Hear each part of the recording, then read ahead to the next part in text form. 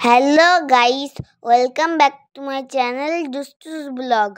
আর guys, ঘড়িতে বাজে এখন 5টা 10। আমি ঠাকুর প্রণাম করে বেরিয়ে পড়লাম সুন্দরবনের উদ্দেশ্যে। আর দেখো, আমি এখন বনগাঁ স্টেশনে চলে এসেছি। সাথে আছে আমার মা আর আমার পাপা। তো এখন আমরা ফার্স্টে যাব শিয়ালদা। তো যেহেতু দেখো অনেক সকালে উঠেছি, তো ওর জন্য মায়ের কোলে একটু ঘুমিয়ে নিচ্ছি। তারপরে ঘুম থেকে উঠে দেখি আমি শিয়ালদা স্টেশনে চলে এসেছি। তো তারপরে শিয়ালদা থেকে চলে যাব আমরা ক্যানিং স্টেশন। তো দেখো বন্ধুরা, এখন সকালবেলা হলেও কত ভিড়। শিয়ালদা স্টেশনে ভোরবেলা, তারপর রাত্রির বেলা, দুপুরবেলা সব সময় ভিড় থাকে। তো দেখো, এখন কিন্তু আমরা ক্যানিং ট্রেনে উঠে পড়েছি।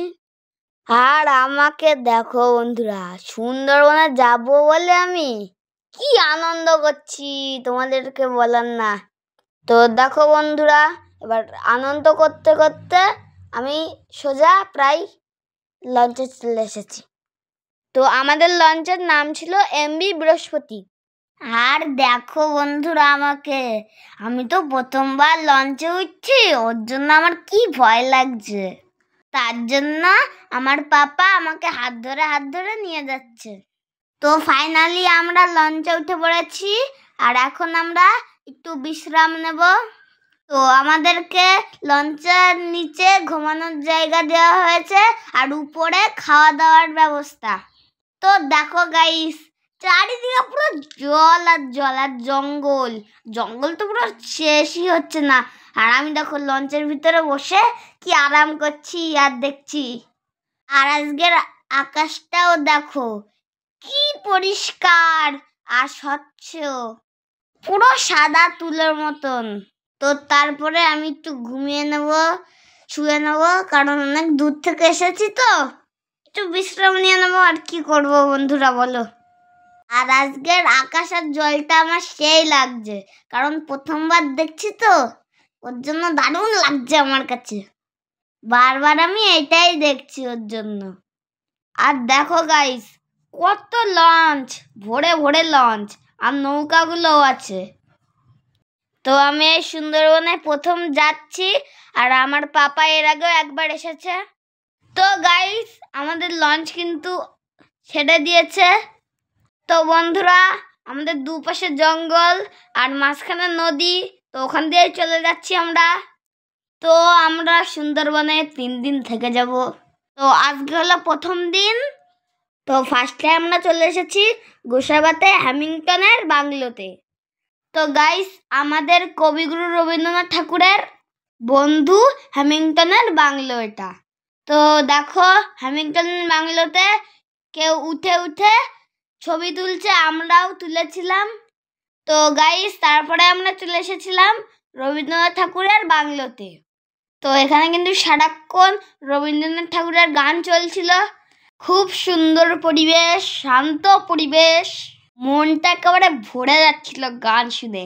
আর দেখো বন্ধুরা, এখানে রবীন্দ্রনাথ ঠাকুর যা যা করতো তারই কিন্তু কিছু ছবি আছে। তো দেখো, আমি পাপার সাথে এখন রবীন্দ্রনাথ ঠাকুরের বাংলো ঢুকবো। আর দেখো, এখানে বাংলার মধ্যে তো যাওয়া যাবে না, ওই শুধু একটা ফুকোর মধ্যে থেকে দেখতে হবে। আর বাংলোটার চারিপাশ দিয়ে ঘুরে চলে আসতে হবে। তো আমার খুব ভালোই লাগছে, রবীন্দ্রনাথ ঠাকুর একসময় এখানে ছিল এটা ভেবে। আর সেখানে আমি হাঁটছি, জাস্ট ভাবলে অবাক লাগছে। আর ওই দেখো, রবীন্দ্রনাথ ঠাকুরের বাড়ির সামনে হ্যামিল্টন আর রবীন্দ্রনাথ ঠাকুর গল্প করছিল। তো এই বাংলোটা কিন্তু খুব সুন্দর আর পার্ক। তো যেই কবিকে আমি বইতে পড়ি, যার ছড়া পড়ি, তো তার বাড়িতে এসে দেখো একটু দেখছি। তো রবীন্দ্রনাথ ঠাকুরকে তো আর জীবন্ত দেখতে পাবো না, তার বাড়িটা একটু দেখে যাই বন্ধুরা। আর এখানে দেখো, কিছু জলের মধ্যে অনেক মাছ রয়েছে, সবাইগুলো দেখছে।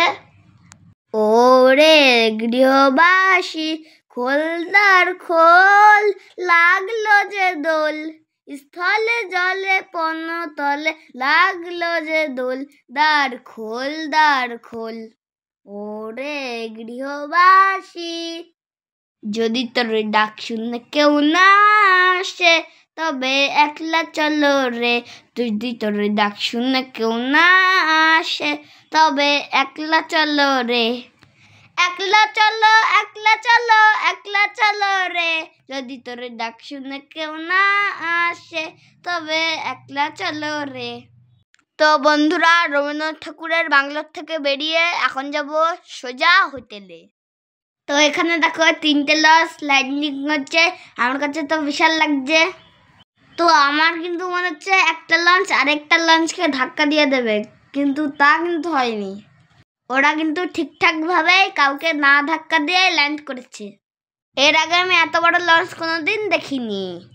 তো আজকে আমি খুশিতে পুরো পাগল হয়ে যাচ্ছি। তো আমরা যে হোটেলটিতে থাকবো সেটা কিন্তু এখনো অনেক দূর। তো আমাদের লঞ্চে কিন্তু পুরো 1.5 ঘন্টা লাগবে। তো গাইস, জল আর জঙ্গল দেখতে দেখতে সময় কেটে গেল। তো সুন্দরবন একটা দ্বীপ আর ম্যাংগ্রো গাছ আরো অনেক রকম গাছ দেখার জন্যই আমরা এসেছি, আর তার সাথে ইলিশ উৎসব পালন করতে এসেছি। তো দেখো বন্ধুরা, চারিদিকে জল আর জঙ্গল আর আকাশ পুরো মিলে গেছে। তো গাইস, ওই যে দূরে জঙ্গলটা দেখছো, ওটা কিন্তু কালকে আমরা ঘুরতে যাব, আর ওখানে নাকি বাঘ থাকে সবাই বলছে। তো যাই হোক, আমরা এখন লঞ্চ থেকে নেমে হোটেলের দিকে রওনা দেব। তো বন্ধুরা দেখো, এই ব্রিজটা কি ভয়ঙ্কর, আমি প্রথমবার দেখছি। আর আমাদের লঞ্চের যেই আঙ্কেলগুলো ছিল তারা কিন্তু খুব ভালো ছিল। আর আমাকে দেখো বন্ধুরা, আমি কাউকে না ধরে সিঁড়ি দিয়ে একা একা উঠে আসছি।